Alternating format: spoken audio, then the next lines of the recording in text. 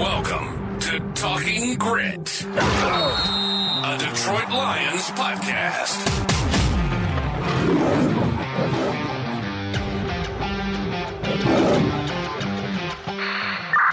Talking Grit is brought to you by the Monroe County Reporters, Monroe's top news source for police, fire, and community events. Post 3 at Depot Street.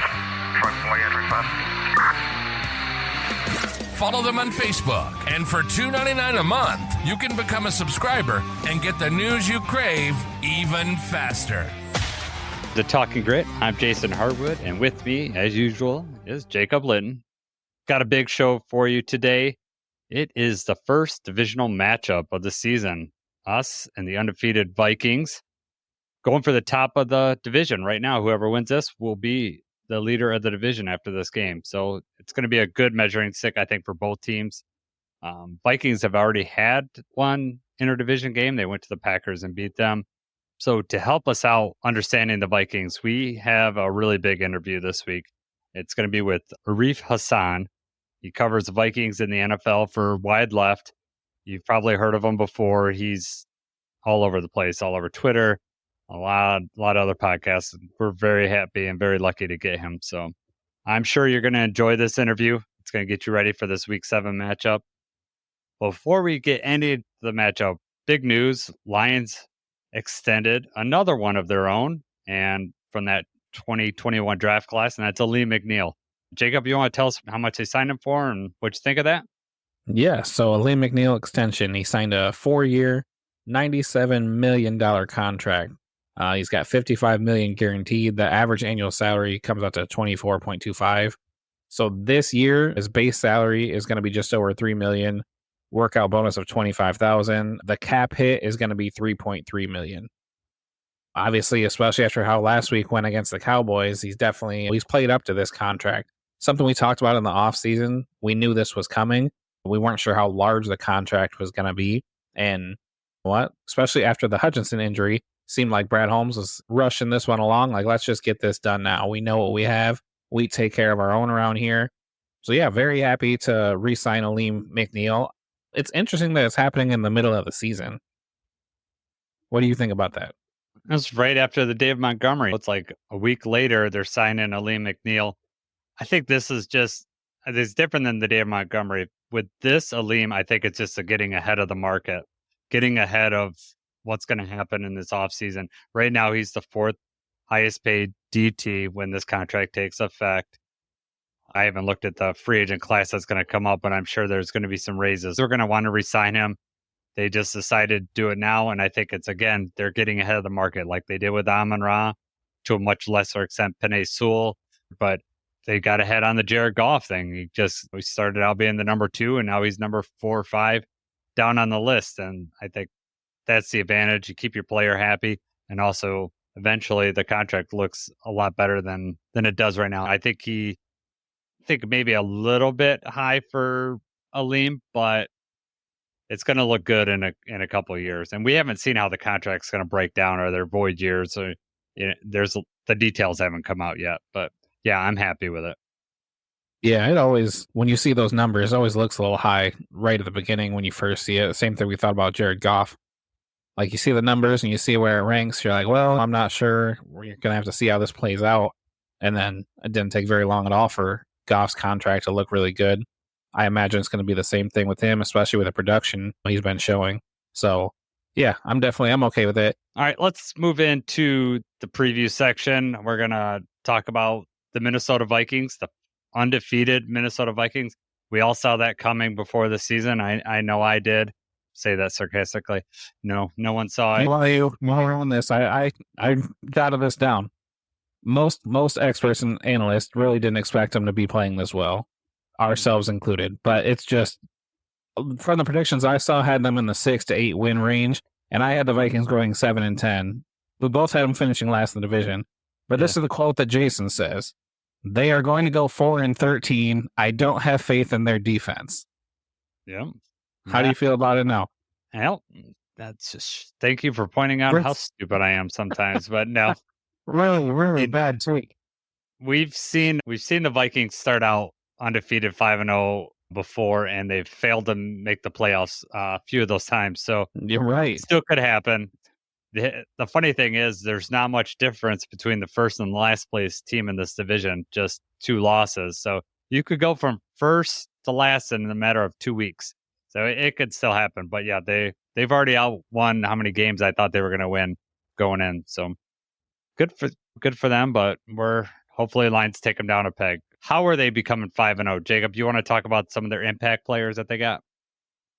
Yeah, so the impact players right now for the Minnesota Vikings, believe it or not, quarterback Sam Darnold, impact player. Something we talked about earlier at the season. We weren't sure how that was going to go before the J.J. McCarthy injury. We thought that he may not even be starting at this point, and he's really showed that he's a capable starter right now. Pro Football Focus has him rated 23rd out of 36 quarterbacks. Take that for what it's worth. Other impact players on the Vikings, you have Aaron Jones, third best running back, according to Pro Football Focus. Justin Jefferson, they have him ranked 10th in receivers right now. Obviously, he's one of the best in the game. Definitely gave us a lot of problems last year, both times we played him. Jonathan Greenard, 49th ranked edge defender, which, once again, Pro Football Focus looks kind of low, but he's been having a really good year, as has linebacker Blake Cashman, ranked 15th. Tackle Christian Darrisaw is ranked 8th, and tackle Brian O'Neill is ranked 12th. They have a lot of, you see these names, a lot of them are kind of in the middle of the pack and weren't people that you were really necessarily worried about before the season, but combined on this team, they're all having great years, and that's been a reason why they're undefeated right now. Yep, good tackle play. Darnold's been had time to throw, and Aaron Jones, we stayed in the division. I think we said that in one of the podcasts previously. I was not happy about him staying in the division because we know what he's capable of, and he started out and had a pretty good season so far. Right. So the draft that they had, really, for multiple reasons, is not going to really impact this game very much. J.J. McCarthy was their first round pick. He's out for the season. We're not going to be able to see him. Their second first round pick was Dallas Turner out of Alabama. He's had a sack on the season. He's still developing. And that's really all the draft picks that impact this team. Fortunately, they had Kyrie Jackson pass away. That was really sad. 4th rounder. Lions have always had draft picks that impact the team. And then this team is 5-0, and they don't have any draft picks that impact this team right now. So crazy how all that stuff works out. As far as like the off season, do you want to get into some of their signings, Jacob, real quickly? Yeah, I mean, we talked about most of their free agent signings just because they're impact players for them. I mean, they've been difference makers. Aaron Jones, Sam Darnold, Blake Cashman, Jonathan Greenard. The biggest names are the people that they moved on from. Danielle Hunter, we weren't sure how they were going to create any pressure without him around. Kirk Cousins, the receiver KJ Osborne, Marcus Davenport, obviously not there anymore. He was with Detroit for a short time before he got hurt, but it seems like they're better off without them to this far in the season, right? Brian Flores disguises pressure, and that's how he gets it, through confusion. He'll line up 6 people on the line, and 4, 3, 5, 6, they all might be coming. You don't know until the snap where everybody's going to line up. So that's how he's creating pressure, through confusion. So it'll be up to the Lions when they have a great offensive line. Frank Ragnow is going to be very good. They faced the Vikings twice last year, had experience. The personnel is a little bit different this time, and they're in the second year of this defense. So it's getting, Dan Campbell said today, they're disguising things more. So the Lions ought to be prepared for that. This will be a big task for the boys up front to block and have good communication. It's going to be a physical game. It's going to be really fun to watch. Yep. It's a shame it's a 1 o'clock. I mean, I'm happy it's a 1 o'clock game because we don't have to wait all day for it. But just seems like this game should be a Sunday Night Football game or a 4 o'clock game at the very least. Before the season started, I mean, this had 1 o'clock game written all over it this early on in the season and everything. But what's interesting is our last game of the season, which we didn't really understand why we played the Vikings the last game. We thought they could have swung that a different way. And now all of a sudden that potentially is very, very interesting. Yep. Yeah, that'll be a home game too. So that's all right. Get this road game out of the way early. Right. All right, let's go over some injuries that may impact this game. For the Vikings, Aaron Jones did not practice today. We're recording this Wednesday night. He did not practice. If he doesn't play, that's going to be a huge hit for their offense. He is a big part of their offense. So that is going to be a huge hit. Also, Blake Cashman, their linebacker, he's a leading tackler on the team. He didn't practice today. And I saw some Vikings podcasts, they're more worried about losing Blake Cashman than they are Aaron Jones. But I think both of them are going to be huge. Well, Blake Cashman's their green dot. So, yeah, it's like us losing Anzalone. Just he's the leader of defense. Which we did have to play without him. Right, exactly. Harrison Phillips did not practice. Interesting, TJ Hawkinson is limited in practice. Everything I've read said they don't expect him to come back this week, but they are playing the Lions, second place in the division. TJ Hawkinson's obvious former team. There might be a little extra motivation to play in this game. So we'll see. What did you see on the Detroit Lions practice report? For the Lions practice report, obviously we got a bunch of guys on IR that we've already talked about, but the new ones being added are Aiden Hutchinson and Kyle Pecco. So for the practice report, Carlton Davis did not practice. They're calling that a quad injury, though. You have Dan Skipper did not practice, rib injury. Brian Branch got a limited practice with knee problems. And then Kevin Zeitler and Frank Ragnow did not practice, but they're calling that due to rest. The big offensive lineman had a busy week last week, so they just needed that extra rest day. Yeah. Well, they're going to get ready. And plus, Frank Ragnow's dealing with that pec injury. That Carlton Davis thing we should point out is not due to the concussion at all. This is a quad injury. So he passed concussion protocol. Dan Campbell, when asked today in his press conference, said that he's feeling very good about Carlton Davis playing. And that's going to be big because we're going to need him back there with Justin Jefferson and Jordan Addison back there. So that was good to hear. But Carlton Davis didn't practice, so we'll see how that goes. Brian Branch, at least he practiced a knee injury, but I don't expect him to miss. And then, when I saw the tweets earlier that Ragnow and Zeitler did not practice, I was really hoping to see rest on the practice report, why they didn't practice, and then that was it. So, and that's what I was hoping. I mean, they're both veterans, and they'll be ready to go. Yeah, don't have to worry about them. No, we don't. So, as we mentioned, the Minnesota Vikings are 5-0. Jacob, you want to tell us how they got to be 5-0? Yeah, Viking season so far, 5-0, first in the NFC North for right now, at least. Week 1 at the New York Giants, they win 28-6. Week 2, they're at home against the 49ers, and they won that game 23-17. Week 3 at home against the Houston Texans, they actually won that game by a lot. That was 34-7. Very impressive win for the Vikings there. Week 4, the division game at Green Bay, they pulled that one out 31-29. The Packers scored late there, making that look a little bit closer than it was. And then in London against the New York Jets, they win 23-17. And then last week they were on a bye, so they had an extra week to prepare for us. So really good start for the Vikings. Yeah, let's just hope they come out a little sluggish from their bye because they've been starting hot the last 2 weeks. Packers, they were up 28-0.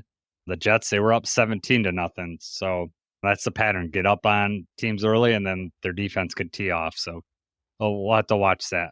As far as their offensive rankings, right now they're ranked 17th in yards per game. I'm talking about the Vikings. They're 18th in passing yards per game and 20th in rushing yards per game. Their offense is in the middle of the pack as far as in the yardage range. They are converting a lot of red zone and scoring touchdowns, which is important. They're getting the points out of it. And then that doesn't surprise me with the wide receivers that they have there. And like I said, Aaron Jones has played pretty good. As far as defensively, these numbers are the yards per game. So they're 17th in yards per game. They're 30th in passing yards per game. However, I'm going to leave this a caveat. They've been getting up by so much that I think teams have been just like passing on them so much that it's kind of early in the season. So I think that stat's a little deceiving. I think they're better against the pass than what that stat says. but against the run, they are second in rushing yards per game. Again, teams went away from the run, but a secondary stat that they have is that they have, like when you look at the advanced stats, they have the least amount of yards running back get before they get contacted. It's like less than a yard. They are like 3 times better than the next team. So they are getting to the running backs very early, which means they're probably getting pressure, getting to the offensive line. They line with 6 people on the line. So they have a lot of people ready for the running back when they run. I mentioned that they're 30th in passing yards per game, but however, they could deal a lot of pressure, Jacob. Where they stand in pressures? So right now they are ranked second in pressures in the NFL. Really, that's first because they've only played in 5 games. They have 94 pressures right now, and the Lions, we have 69 pressures. And it seems like we're back there in the quarterback's face every single play. Yeah, they are. It is impressive where the Vikings sit in pressures because every team that's around them have played 6 games. So the top 18 teams have played in quarterback pressures, have played 6 games, except for the Vikings. And the Vikings have only played 5, and they are number 2 in pressures, like overall pressures, not with 94. So they are just pressuring at an unreal rate compared to everybody else. And like I said, a lot of that is due to how Brian Flores is dialing up his defense. So Lions are going to have to be on top of their game with this one. Definitely. It's going to be tough. You got to make sure that we're reading the defense correctly. So excited. We're going to head to the interview with Arif Hasan, and we'll see you on the other side. Welcome, everybody. Talking Grit wants to welcome Arif Hasan. He covers the Vikings and the NFL for Wide Left.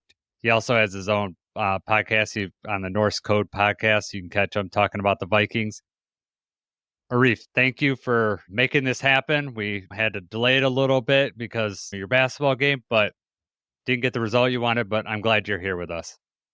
Yeah. No, I'm glad that you're willing to work around because I basically told you day of, right? Because that's when I got the tickets. And it's like, yeah, it's the WNBA finals. I have these prior commitments. I don't know. But thankfully, you were cool with it. So we were able to figure something out and get the recording done. I really appreciate that. So happy to be here. Yeah, I wanted the interview to go well. I didn't want to be like, no, you can't go to the finals, Arif. I never met you in my life, and I'm going to make this crazy demand. No, of course, man. I'm glad you were able to go. All right, Jacob, I'm going to let you start with the first question here. All right. So most analysts predicted a last place finish for the Vikings. Most of the average prediction was around 6 wins for the total season. So to start the season 5-0 has got to feel really good. Did you expect to be 5-0 through the first 5 weeks, especially with the games against the Packers, the 49ers, the Texans?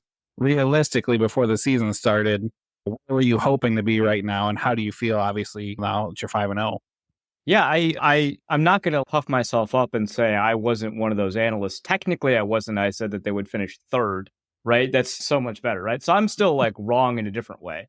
And I thought that these first 5 weeks before the bye, they'd be in a good spot if they won 2 of those 5 games, right? Because that's a ridiculously tough schedule. I didn't think as much of Green Bay as I think a lot of people did, but I did expect them to be a better team, right? Obviously, the 49ers are a great team. Houston's been pumped on all cylinders. Expected the Jets to be a much better team than they have turned out to be so far, which I take great pleasure in the fact that they're not for, I think, fairly obvious reasons. Yes. And the fact that they're 5-0. The Vikings are 5-0 is wonderful. It's great covering a team that's 5-0. Like even if I, wasn't invested in their outcome, I make a little bit more money when they're good than when they're bad. So I don't mind that. But yeah, I mean, they're fun to watch because they're such a unique team. No team plays defense like they do. The offense is really well calibrated and designed. You always love these stories like Sam Darnold maybe turning his career around. Who knows? Aaron Jones kind of staying in the division, doing a bunch of great stuff. I don't think he'll play this week. The Vikings have been really ambiguous on purpose about kind of what that is. I don't think it's going to happen. But I think that these are great stories. TJ Hawkins is going to come back soon. Again, probably not this week. But I think that there are a bunch of great storylines for this team. That's great. That's fun.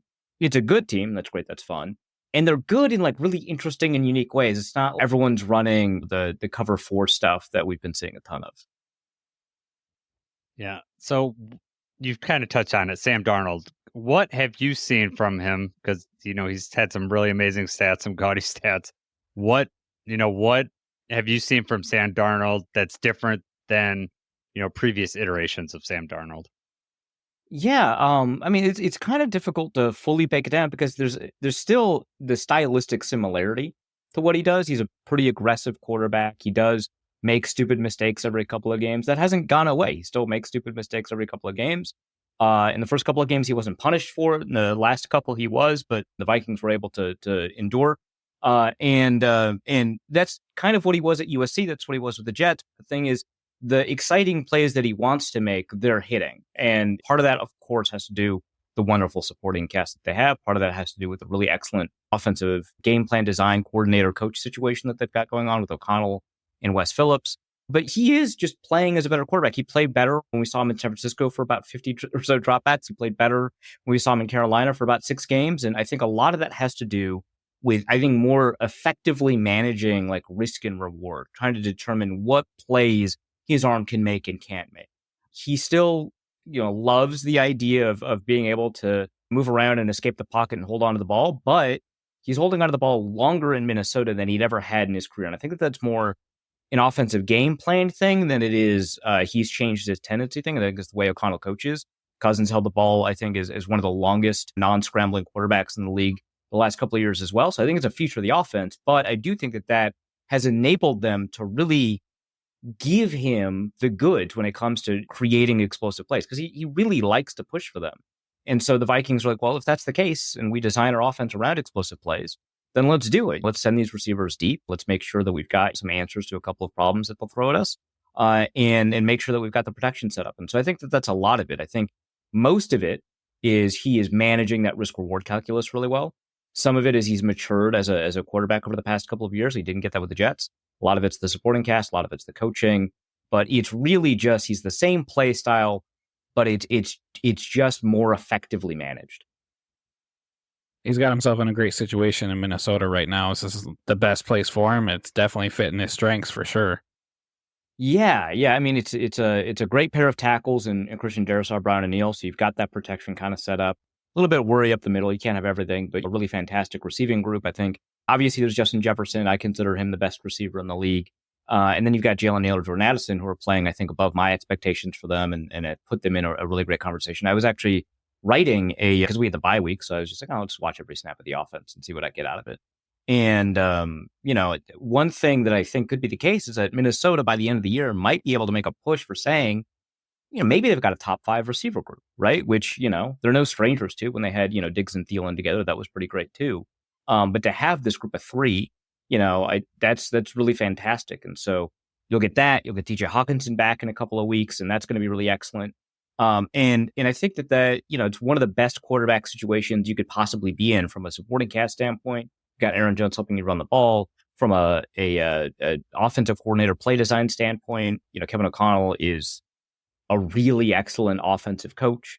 One of the best situations I think any quarterback could land in, which is, the whole conversation before the draft, with JJ McCarthy. Of course he got hurt, but Sam Darnold was probably going to play this game whether or not JJ McCarthy was healthy. Yeah, next question here. So the last couple of games for the Vikings, the team has really come roaring out of the gate, and then the game gets kind of closer in the second half. Is that a coincidence, or is that a sign of something, of the game script, or is there anything there? Yeah, no, I think that there is something there. I wasn't too alarmed with week 2 against San Francisco, I think, when they got within a score because it was like a last second to bring it within one score, they'd have to make an onside kick. And then against Green Bay, it was a really, really similar situation where they needed to get an onside kick again. I don't think the Vikings were trying to always solely milk the clock. I think they were legitimately playing defense and with an eye to the clock, and made a couple of mistakes here or there on that final drive. So I don't want to say it was all prevent and that these are fake, but for the most part, that was their priority. I still think that they would have liked to bat down a couple of passes there. So I don't think that those provided us with a ton of alarm. There was some signal there that I'll talk about in a second. I think the Jets game, certainly, I think they kind of screwed up. And I don't really want to put it on the defense. I thought the defense played really outstandingly. I think it was more on the offense. A lot of 3-and-outs from that offense, especially in the second half, which created a bunch of additional possessions, gave them really good field position, especially with the turnovers. And so that's the problem. So I think primarily the issue is not really on defense. If you take a look at their individual kind of play-by-play statistics and how they've done, even just in those second halves where they gave up those leads, the defense is actually playing like really well. But if you're a good defense and the other team has 8 possessions, they're going to score, right? So that's kind of the crux of it, especially if you give them field position at like the 40, which is how like one of the interceptions for that they gave to the Jets was like at like their own 35, right? So you can't do that, right? And so the issue I think primarily is on offense, and my biggest concern right now, and this is the piece that'll be publishing tomorrow morning, is that I think Sam Darnold's been playing worse every single game. He's not playing awful now. He was playing outstandingly week 1, played all right week 2. Week 3, you could argue that was a bounce back from week 2, but for the most part, I think that he's been declining a little bit in his level of play, and I think he needs to reel it back. I think that in terms of the number of kind of stupid decisions, like I said at the beginning of the show, I think those are kind of appearing a little bit more and more. He's getting punished a little bit more and more, like I mentioned. And so that, I think, is kind of the locus there in terms of things that you want to fix. Obviously, you didn't have Aaron Jones in the second half against the Jets. That probably plays a little bit of a role there, too. But I think primarily it's the quarterback situation. I think that there's an issue with pressure up the middle. That's playing a role. I don't know that they can solve that problem. I don't think they're going to make a trade to solve that problem or anything like that. So you're just going to have to deal with the fact that your right guard is like incredibly good at run blocking and incredibly bad at pass protection, and you just figure life out from there. But I think that is definitely a reason to kind of raise an eyebrow. That said, these are some of the best teams in the league. So hopefully when they get out of this like insane beginning to the schedule and they start taking on your Coltses or whoever, right, then maybe they can just hold on to a lead for once. Yeah. We've talked about the offense. Let's talk about the defense. Brian Flores is amazing. He's gotten this defense playing at a high level.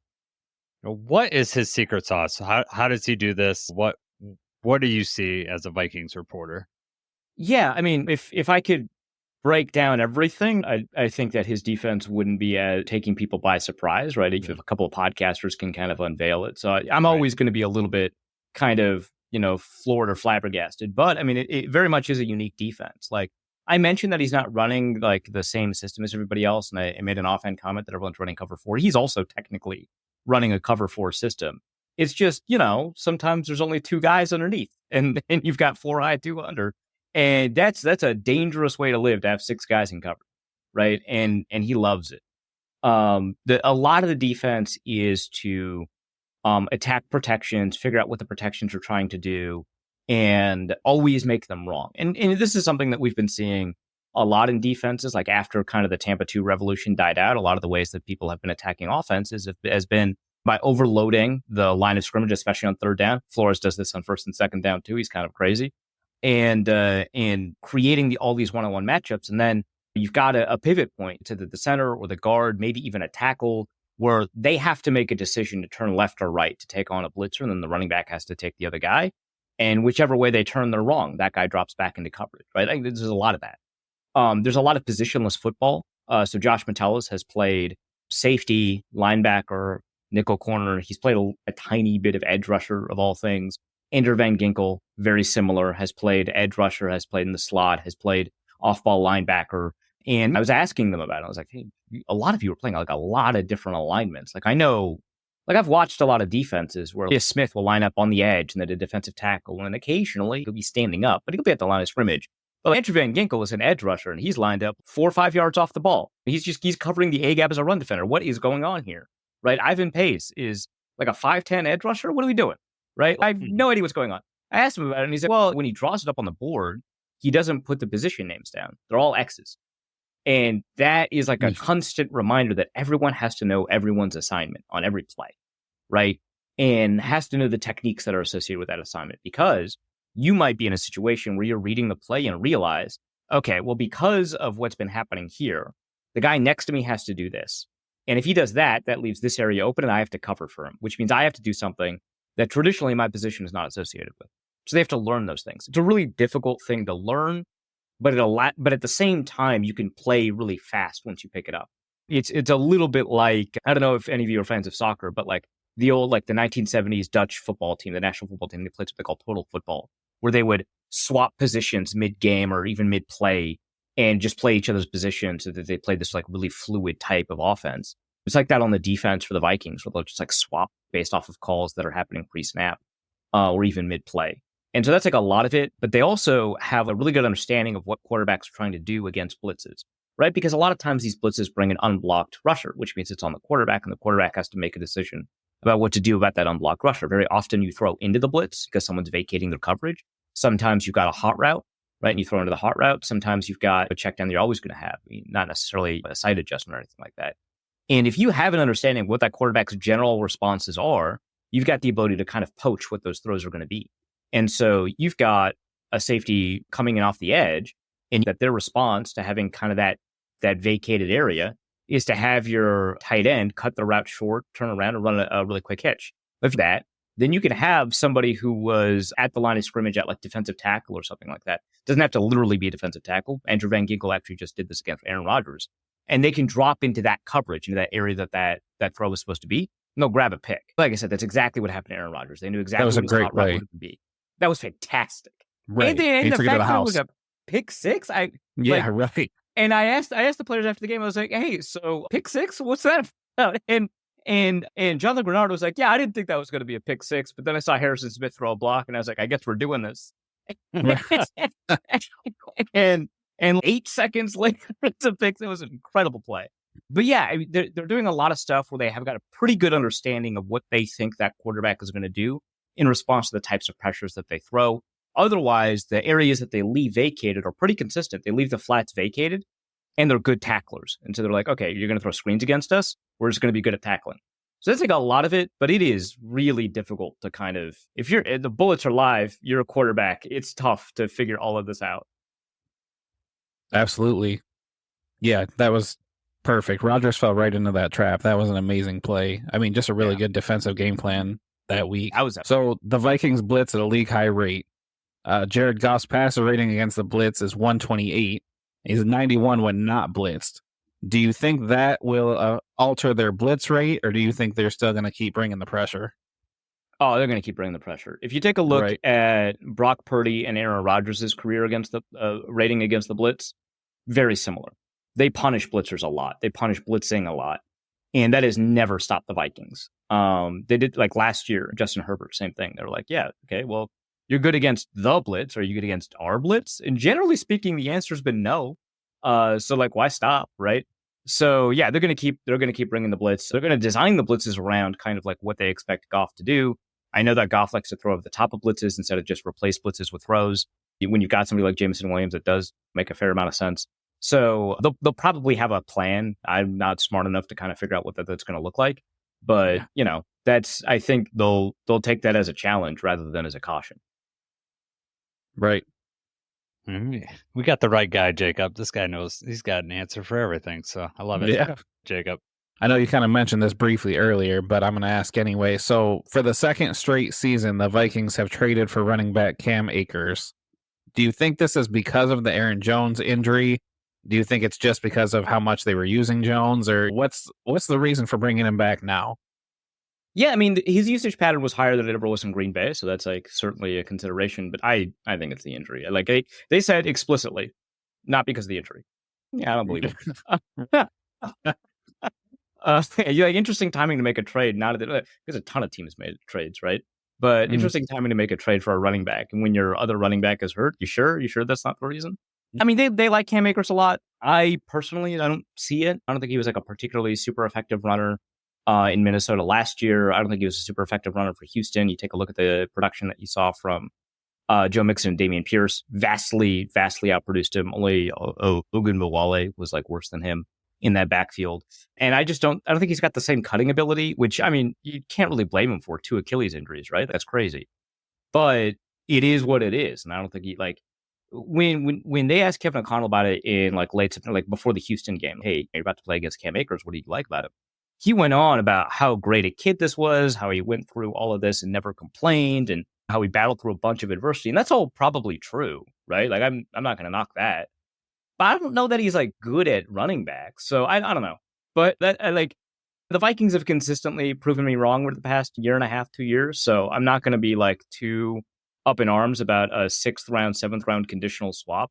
But I don't know how much he's going to bring. They said that he's 3rd on the depth chart behind Ty Chandler and Myles Gaskin if Aaron Jones were not ready to go. I think the way that he answered that question kind of suggested that Aaron Jones is probably not ready to go. But yeah, I don't know. It's not a great running situation without Aaron Jones. He's clearly the only performance back on the roster right now. Right. All right. One I'm just really curious about. Vikings are coming out of nowhere, really 5-0. I'm sure the fan base didn't really expect that. So, what is the general feeling in Minnesota right now? Do they feel that it's real? I mean, are they super hyped, or are we still in a caution type, wait and see what happens type thing? They could go undefeated, and Vikings fans would be in a wait and see. They're very cautious. Like they've only been burned, right? Yeah. Like I've talked to a lot of fan bases that have experienced like a lot of losing. Lions over before Dan Campbell, right? The Browns and a bunch of other fan bases. And there's something I think a little bit different in character between that and teams that consistently win and then don't do anything about it, like the San Diego Chargers, or in this case, the Minnesota Vikings, who like at one point, I don't know if it's true anymore, but I remember there was a stat that they were like 5th in winning percentage, and were the only team that were top 8 in winning percentage that didn't have a ring, right? And, the thing of it is they keep on getting to like stuff like the NFC Championship game and then just shooting themselves in the foot. And that's like a unique type of pain. I'm not going to say it's like worse than going 0-16. I don't know. But it's certainly a unique type of pain, right? When you're given something and having it taken away, it's for a lot of people, that's worse than not ever having it at all. And so the way that the Vikings fan base has kind of evolved in response to this has been this eternal debate about how cautious they can be, how excited they're allowed to be about a team that's good, always looking for reasons that this isn't real. And it's kind of funny because I remember a couple of years ago, Green Bay, I think it was still 16-game season, so I think they went 13-3. And the numbers behind that Green Bay team, awful, just a terrible 13-3 team, right? Just like they played more like a 9-win team, right? And so there was a really good chance they were not going to do well in the playoffs. And you point this out, and a bunch of Green Bay fans were mad at you. And now, instead of me pointing out whether or not the Vikings are real, I just get questions from Vikings fans. Are they real? Are they real? Are they real? This isn't sustainable, right? Like, it's a totally different character, right? Because in Green Bay, they're used to winning. They got a bunch of rings. They'll tell you about it. And in Minnesota, they're used to getting close and then not doing it. And so they want reasons to not believe so that they can feel comfortable, right? When I'm describing broad strokes, right? There's always exceptions. And so it actually is sometimes difficult for me to say, hey, the underlying numbers for this team are actually outstanding. This is like a good team. This isn't, and there's actually multiple examples I can point to of 5-0 Vikings teams that didn't do well, like the 2016 team or the 2003 team. Neither of them made the playoffs. Like, you understand like what this this franchise has done to people. They're like, oh, the 2016 team was also like a defense forward team, right? And you had some questions about the offense, and the quarterback situation wasn't really resolved. You had another guy named Sam doing some stuff back there. And it's different. I promise you, I can't promise you they'll win a playoff game, but I can promise you kind of the underlying stuff here is different. Because back in 2016, I was calling the team fraudulent. I had a bunch of reasons to call them fraudulent. If your defense outscores your offense, you're probably not good, right? Yeah. That's what the 2016 team was, right? When they were 5-0. That's not what's happening here, right? There's like a lot of stuff I'm worried about with the offense, but these are worries when you're 5-0, not worries about a team kind of in general, right? Like, I am now having conversations like, I don't think Sam Darnold is the MVP. I love that conversation. I love being like, hey, I don't think our guy is the best quarterback in the league. That's a great conversation to have, as opposed to, yeah, I think these guys are garbage and they shouldn't be 5-0. I'm not there. We're at a point where we're just like, how good are they? So it's a very cautious fan base. Obviously, some people will throw caution to the wind and just embrace whatever. I totally respect them for it, because making yourself vulnerable to this particular team, I think, is an act of courage. But yeah, it is a fan base that's been snake bitten, and they act like it. So I always find it interesting, the culture and like the behind the scenes for each of the different teams and what they've been in their history. I always find that very fascinating. And for Lions, we were the ones where we didn't have anything, and when we got to the NFC Championship game, and yeah, that was taken from us being up 17-0. So we were just thankful to be there, though, at that point, whereas the Vikings might have looked at that and said, here we go again. 100%. When the 49ers scored their first points in the second half, my Twitter mentions were full of "Here we go again." It is like week 2. Yeah. And they're like, all right, here we go again. And they did it against the Packers. Here we go again. Did it against the Jets. Aaron Rodgers, another comeback. Here we go again. You can't take it out of the fan base until they win the Super Bowl. That's the only cure. Yeah. Tough. Yeah, I mean, Dan Campbell's done the impossible for us. Is like he's changed just the whole culture on set. I mean, he did an impossible task. It's really insane the backing that he has. He's changed the whole belief system of this team. Even with Eden going down last week, I mean, previous Lions teams wouldn't have had this much talent, and that would have been just like our one good player that would have been hurt.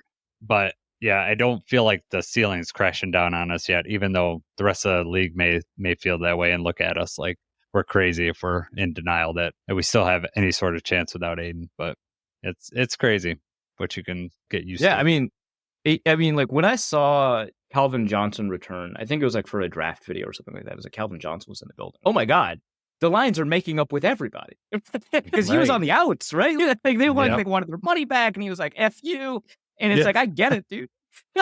Like I get it. I'm with you, Calvin. And now everyone's just and I don't know how much Dan Campbell played a role. It was more just me reading the vibes, really. And people are just up and excited with the Lions. And what's interesting is that I've noticed that Lions fans have gotten a little bit defensive about their excitement, which that's fine. It's your emotions. You get to play you play them how you want to. But I mentioned that I thought it was a little unusual that they booed Matthew Stafford when he should, like during the playoff game, right? In the pregame, they booed him. I was like, oh, that's a little bit unusual, right? And Lions fans got so mad at me. And I think part of it was being in a situation where you can do that is so wonderful that you just kind of want to. And it's, yeah, we're going to win. I want to win. And a lot of fan bases, and this isn't like one fan base is better than the other. A lot of fan bases wouldn't have done that. Maybe because they don't feel that need to win these games that they hadn't won before. And so anything standing in their way is fair game. And so I understand where that might come from, but it's a totally different approach, right? Then I would argue that Stafford left on good terms, right? Then this franchise kind of like legend that's like given up his body for the franchise, doing a lot, but not having done a lot, right? Doing a lot without having done a lot. Being kind of greeted back with a return, right? The Vikings are in a playoff game against Teddy Bridgewater somehow, right? And he's retired. But like as an example, my guess would be in that playoff game, fans would cheer him pregame. Boo him during the game, fine. But that's not like a judgment. I think that's where Lions fans are probably coming from, where it's, no, winning is what matters now. And any element that's going to stand in the way is the enemy. I don't care if you're Mother Teresa kind of stuff. So, Mother Teresa for me personally is a bad example, but Yeah. but I don't care if you're like a canonized saint. You're on the outs. Yeah, we had Stafford back when he was playing in the Super Bowl for the Rams. They had the Detroit Rams thing going on, but then after he won, it was like you got yours. It's our time. So for him to come back in that playoff game, it's like, no, boo him out of there. Yeah, I don't. That was a weird situation. I mean, I was at that playoff game, and when he came out with the rest of the team, and they were really kind of just booing the whole team. Yeah. I don't know if it was. I will tell you that it was more that the Lions had the support of Jared Goff than it was anything against Matt Stafford. I think that playoff game had just so many storylines written into it that it's hard to distinguish one thing from the Michigan versus everybody mentality, in the sense that, okay, Jared Goff was a cast-off, and now he's our guy. He's got us to the playoff. Matt Stafford was the guy that is talented enough to get us to the playoff. He won a Super Bowl with the other team, right? But he could just never do it with us.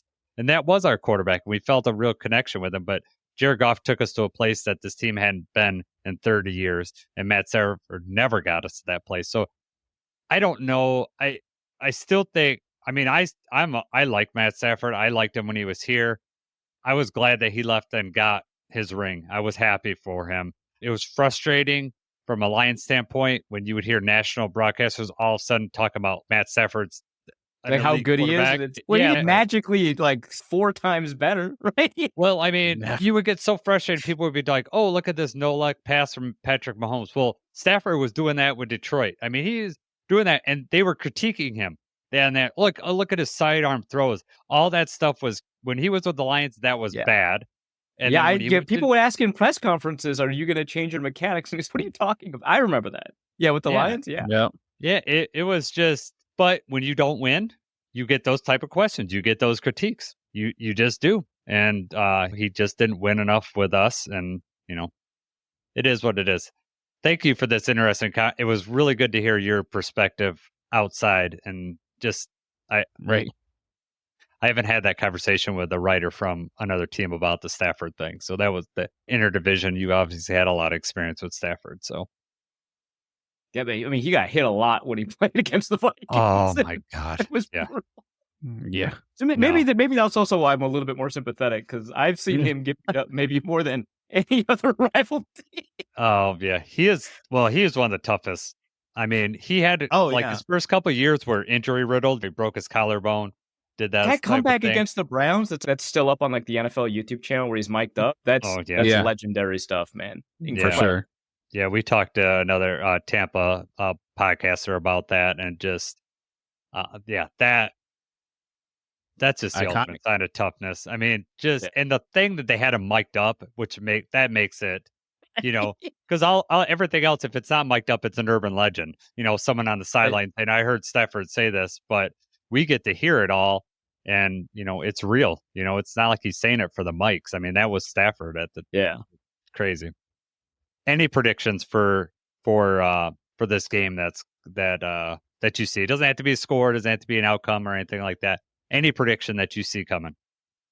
God, this one's tough because the Lions offense is also kind of unique. The Vikings haven't played a condensed offense like this because Johnson is not a Shanahan guy. He just has some Shanahan plays. Man, okay, my prediction is going to be that the Lions are probably going to be the only team that can run effectively and consistently against the Vikings the whole year. Maybe for both games, maybe just for this game. But I do think that they will be the only team that consistently runs well against the Vikings, because the way that they set up those runs is I think outstanding and unique. So that's going to be my prediction. It's going to be a good game, obviously. I mean, the Lions, I think, are favored by 3 points, I want to say. And that's pretty fair. I haven't seen the Vikings lose a game yet, so I'm going to believe in them. But it's a pretty fair line, and I'm not going to put any money on this particular game because it is really tough. It's really close. Oh, how about this? How about this prediction? First game of the season, Montgomery doesn't score a touchdown. How about that? Oh, okay. Man, Yeah. I kind of want him to break this record. It's fun. Man, his running's been awesome. Just before you go, could you tell the listeners where they could check out your stuff? Yeah, absolutely. So you can find my stuff over at wideleft.football. That's where all of my written stuff is. Otherwise, I've got podcasts with, like you mentioned, Norse Code. That's one where I cover the Vikings primarily. Also, the Minnesota Football Party.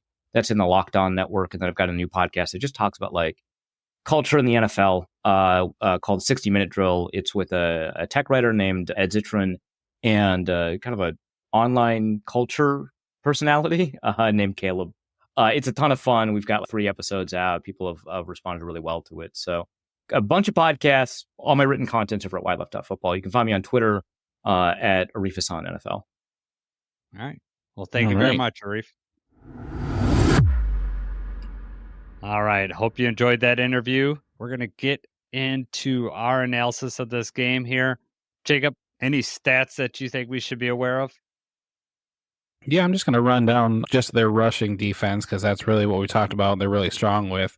Just want to point out the games that they've had, just quick breakdowns here. So the Giants, running back Devin Singletary, 10 attempts, 37 yards.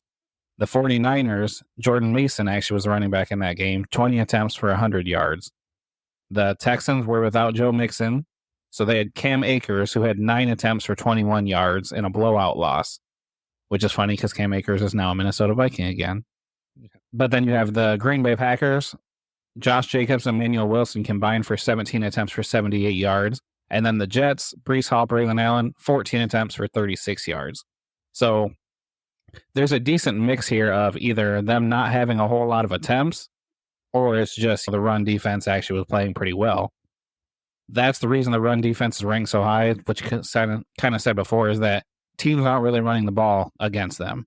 Whether that be that they're just down early or if they're just stacking the box so much that teams are kind of shying away from it. But that last game for the Jets, they had 14 attempts for 36 yards. There's just no way that we are only going to run the ball 14 times. I mean, they might run the ball 14 times each between Montgomery and Gibbs. It'll be interesting how they decide to attack this rush defense. Are they going to pass first? Or the line's going to pass first to try to open up some of that run? Are we going to trust the offensive line to just be able to break through? Or are we going to use Gibbs more because maybe he could use his speed to get to the outside if they're loading up the box? It's going to be interesting. I'm really curious to see how this works out. And if they miss Cashman, that's gonna hurt them because he's their linebacker, he's their leading tackler, and I bet you Gibbs might have an easier time running the outside if Cashman isn't there to diagnose the play. Yeah, so it'll be interesting. We don't want to repeat of the Bucs game where Goff is throwing 55 times a game. I don't want to see that. Right, we just can't do that again. Right, exactly. So it'll be interesting to see how we start out, if we're going to just test out their run defense, see if it's as good as the stats say it is, or they have not run into an offensive line like the Lions have. Curious how that's going to go. You know, you talked about the run defense. Obviously, we talked about pressures. The Vikings blitz at a crazy rate. That's just a Brian Flores thing. That happened last year. The Lions are going to have to just be ready for that. Frank Ragnow's just going to have to be ready for that. As far as on the offensive side, a couple things that I think are going to be keys to the game. Sam Darnold's had the second longest time to throw in this league.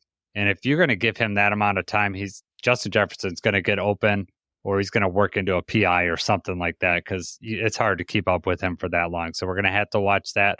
Hopefully we can get some pressure. I know we lost Aiden. We're going to have to figure out how we can dial up some pressure. And this kind of goes hand in hand. They've had the longest time to throw because they've been pressured like the 7th lowest in the league. Their tackles are highly rated, 8 and 12, whether it's that or other offensive line or just play design. Lions are going to have to get some pressure and make Sam Darnold uncomfortable. That'll be a key to this game. Definitely. That kind of speaks on what my key to victory is the defense is going to have to bend and not break in this game. It is going to be a lot different without Hutch. We are going to have Alim and DJ Reader trying to get pressure up the middle. I think that teams without Hutchinson, they're going to be trying to get more outside. Quick screens outside, the quick little jet screens, the passes. Levi and Josh Pascal are not as fast as Hutchinson is. So it's going to be interesting to see whether they can contain and everything instead of just bull rushing and trying to get pressure on the quarterback. We're going to have to mix in pressure with the linebackers and defensive backs to try to keep Darnold under pressure. And like you said, not give him enough time to really just analyze the defense. Sam Darnold's smart. He's a decent quarterback. And if we give him too much time, as these other teams have been doing, he's looked really good. We really dismantled the Packers in that first half. They finally were able to do something in the second half. We can't have a game like that, though. We've got to bring it early and often. It's a huge test for the Vikings as well. And they're coming off the bye. They're going to be prepared. They watched last week. It's a big game. Yeah, this is one of the largest regular season games that we've had in the last 2 years, to be honest with you. It's really lining up that it's a very important early season matchup. If to say the Lions lost, it doesn't end the season. We'll have revenge at the end of the season. We can do that. But it makes the road harder, right? So I have faith the Lions are going to go in there and do that. And one thing that I think is super important is they need to weather the storm at the beginning of the game. We cannot let the Vikings come out and get a big lead because that helps their defense immensely. They could pin their ears back. They could blitz. Brian Flores could do so much stuff. So we need to weather the storm at the beginning of the game. If they punch us in the mouth and score first, we need to punch right back and just not let them get a big lead. I'm saying keep it under 2 scores. I would not be surprised to see the Lions, if they won the coin toss, to take the ball so we could get our offense on the field and score first. I would not be surprised at all if that happens. You know, it worked well for us last game, though, when the Cowboys kind of drove down and then we responded. We stop them, and then that's pretty much all it took. Then we just ran with it the rest of the game. On the Seahawks game, we took the ball first and we scored, and we kind of just stayed out in front of them the whole game.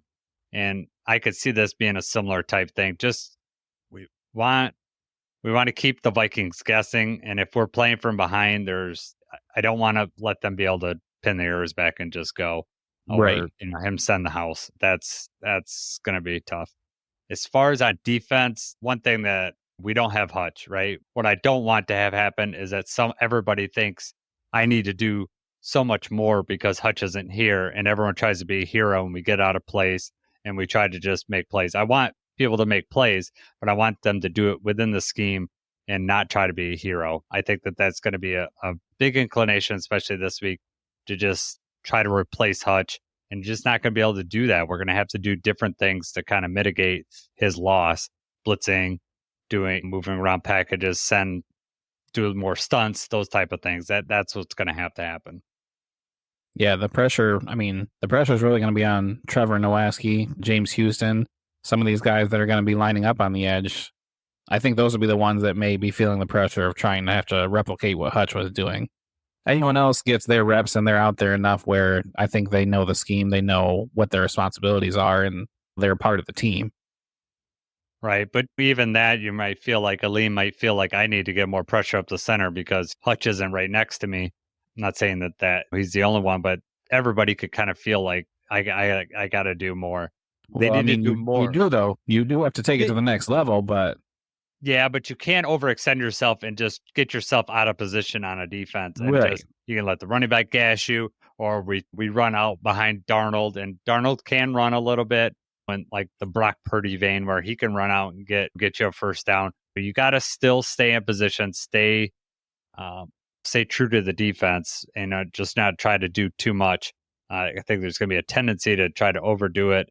I mean, there's a balance there. It's a fine line of trying to make your play better to make up for the absence, but I don't want everyone to feel like they need to be a hero and then they find themselves way out of position. Right. True. Right. So another thing that this is kind of just goes every game, you want to make a team one-dimensional. If Aaron Jones doesn't play, it'll make it much easier, I think, to stop the run with the Vikings. So we'll see how that goes. But we just need to get the pressure on Sam Darnold. He knows this is the big game. He's had very few of these in his career, games of this magnitude. This probably is the biggest game that he's ever played in his NFL career, I bet you, at this point, other than maybe his first game, which is Monday night game against the Lions. So this is going to be a big test for him, and he's going to want to prove. But like I said, he hasn't been pressured much. If we could get him pressured, and all he has to do is make a mistake, throw it up. We got a couple ball hawks back there, Branch, Kirby, get a play. I'd love to see one of our corners get a pick in this game. Terrion or Davis. I would love to see one of them get a pick. What if it's on the first play against Darnold and we run it back for a touchdown?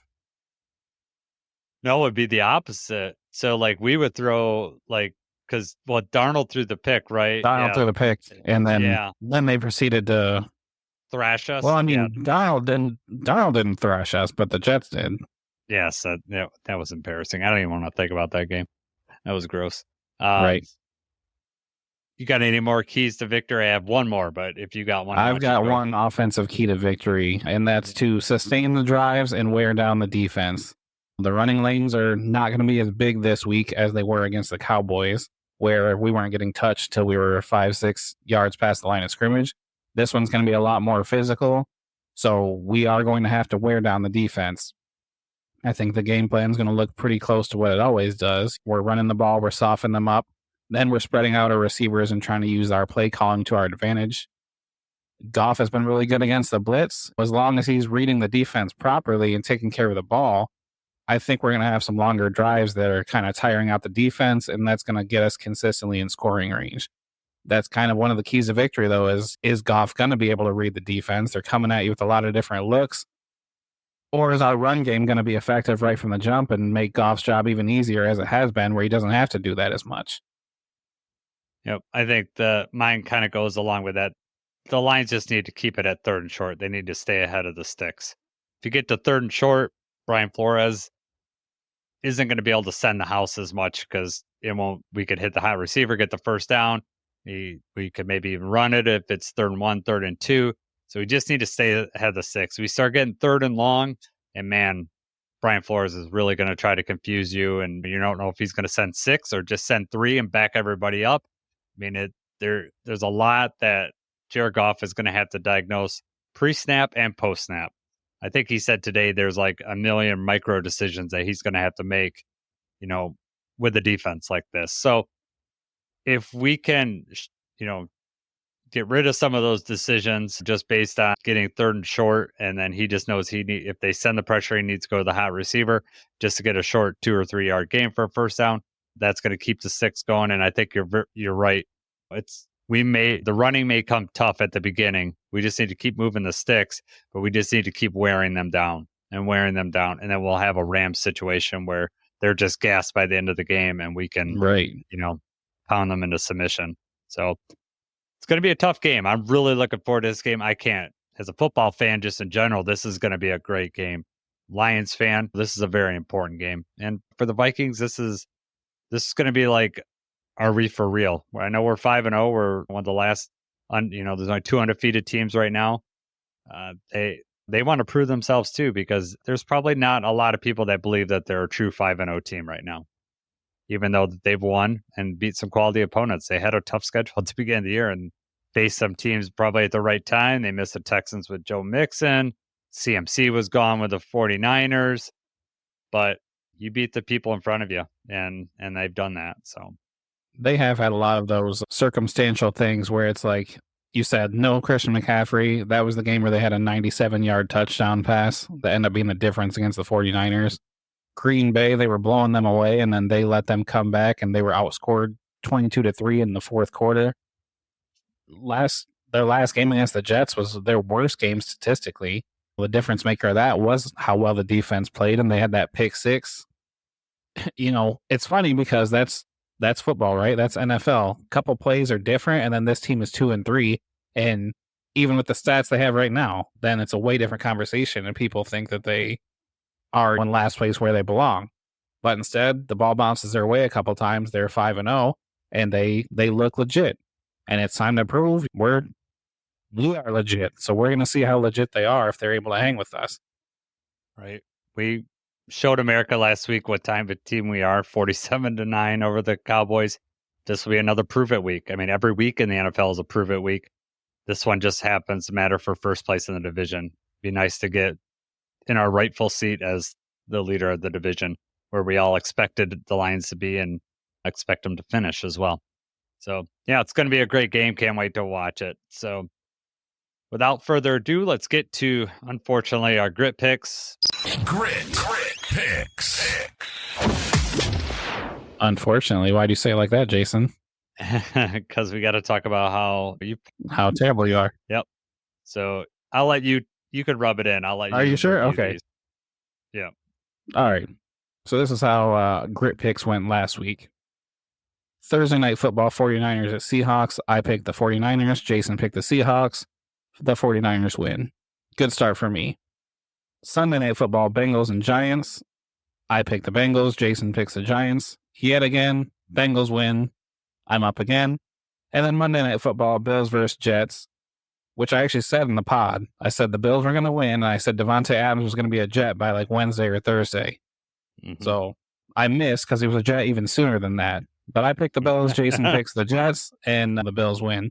So my overall record right now is 12-4 in grit picks, and that drops Jason to 8-8. Ouch. Yep. What's it like to take that many L's? Everybody likes a good comeback story. This is where mine begins. So. All right. So let's get on to week 7 here. We got 4 games to pick because, again, there's 2 Monday night football games.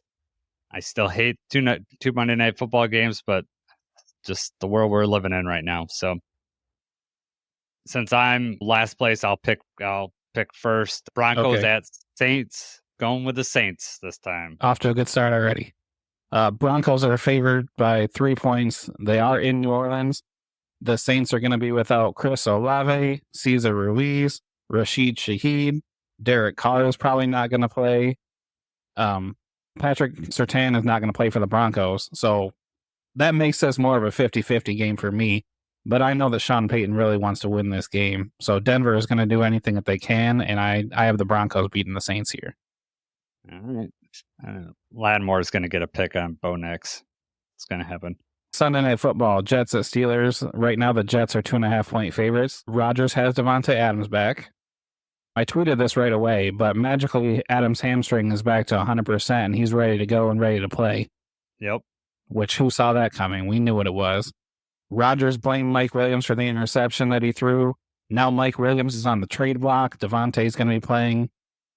I don't know if you saw that. Mike Williams didn't practice for personal reasons, and those personal reasons are that his quarterback is a a-hole and a terrible leader. I really hope that the Jets fall flat. I hope Devontae Adams comes in and then they still just tank and Aaron Rodgers has the same kind of game. But the football fan in me, and as a fantasy football owner of Devontae Adams, I hope the offense comes back to life here, and I actually picked the Jets to win this one. I still think they missed the playoffs, but I think that this is the start of them having a good couple of weeks and them thinking that the Jets are back, and then they tank. I'm going with Steelers. I know Russell Wilson's going to play, but I'm hoping TJ Watt just runs Aaron Rodgers down and beats him at a submission. I like the difference. Either you're going to be catching up or you're just really going to be out. Yeah, it's going to be, laying it all in line here. All right. I will say, though, that for the Jets, it's got to be a terrible look. I know you're Aaron Rodgers and everything, but this is the second week that he's called out his teammates, like publicly, like right after the game to the media. And you just don't do that. Like, that's just such a bad look. So I'm sure the locker room's not happy right now. So maybe that does affect them. Maybe they just tank right now. Maybe they're mad that he got the coach fired. He got Devontae Adams in there. He's only throwing the ball to Alan Lazard. Well, I mean, and Garrett Wilson's got to be like, what? Now they got that's going to be a interesting thing. Garrett Wilson's like, you never invited me over to your house before. Exactly. I don't even know where you live. All right. Ravens at Bucks. Good game. I'm really excited for it. I'm going Ravens in this one. Ooh, okay. This is the first one that we have the same. Okay. No, I think the same thing. I think this is going to be a really good game. I'm looking forward to watching this one. I think it's probably going to be close. Maybe it'll come down to the end. They are in Tampa Bay, but I think the Ravens are going to win also. Yeah, it'll be good. We'll see. Baker Mayfield's having a great season, so we'll see how that lines up. Right? Yeah, the second game Monday night. Chargers 2.5-point favorites over the Cardinals. Marvin Harrison may not play. The Packers destroyed the Cardinals last week, so they really want to win here. The Chargers have been up and down. Their defense is great. The offense is not so far. It's an interesting game. I think this is kind of a toss-up, but I'm going to say that the Chargers offense comes alive and they beat the Cardinals. I'm going Cardinals, so All right. And we'll see how either I catch up to you this week or I fall way behind. But You can't afford another O. I cannot. All right. Great guarantee time. It's time for the Grit Guarantee. We've been hitting pretty good on these, though. So I feel pretty confident about these. So what do you got? What you think's going to happen here? So I went back and forth about my grit guarantee because I do think that Amon-Ra is due for having a really good game. But I saw that our offensive line is now being called the Detroit People Movers, which is really cool. So my guarantee this week is that the Lions are going to run for over 125 yards as a team, which will be more than the Vikings have given up the last two games combined. So over 125 yards. 125 yards rushing. All right. You went offense, I went defense. We're getting 2 picks in this game. 2 picks. I'm not going to call who gets them, but we're getting 2 picks in this game. At least 2 picks. If I get 3, it still counts. I'll say 2. Yeah, all right. I will have given it to you. Technicality, I might have pointed out the technicality, but yeah. Yeah, that's why I clarified it, because I knew you would. 3rd pick doesn't count. Invalid. Hey, I'm down for that, man. Love the 2+ turnovers. points. Obviously, played a huge part in the last game too. Yeah, I think it's going to happen. Maybe they knock out Darnold and Mullins comes in, and then we get like 5. Oh man, 5, but he still throws for 350 yards. 350. Yeah, I don't know. I have more faith in our secondary now It just Right. matters if we We're- get pressure. But it was all going hand in hand. We were getting pressure and having pretty tight coverage. So we'll see how we can do this. But all right, I am looking forward to this game. It's going to be awesome. It's fun talking to you about this. Great interview that we had. So yeah, it's going to be awesome. Can't wait. Are you going to be home watching this, or are you going somewhere? I will. Nope. I will be home, glued, Yeah. ready for it. 1 o'clock. Nobody bother me. Yeah, I am. Have my cell phone out. You and I will be texting back and forth, Right. and yeah, it'll be great. So, all right, for Jacob, I'm Jason. We'll see you after for hopefully a victory Monday. So, go Lions!